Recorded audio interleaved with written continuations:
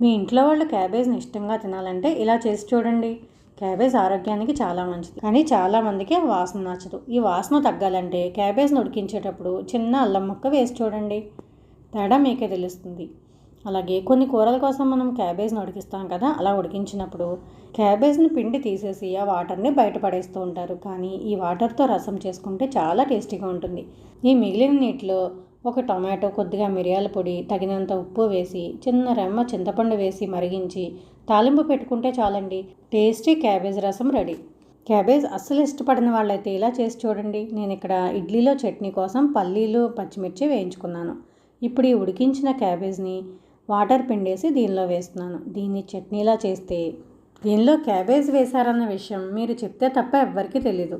Cabbage కొంచెమే వాడుకోవాలనుకున్నప్పుడు ఇలా మధ్యలోకి కట్ చేయకుండా లేయర్స్లా తీసుకుని దాన్ని కట్ చేసుకుంటే మిగిలిన క్యాబేజ్ పాడవకుండా ఉంటుంది.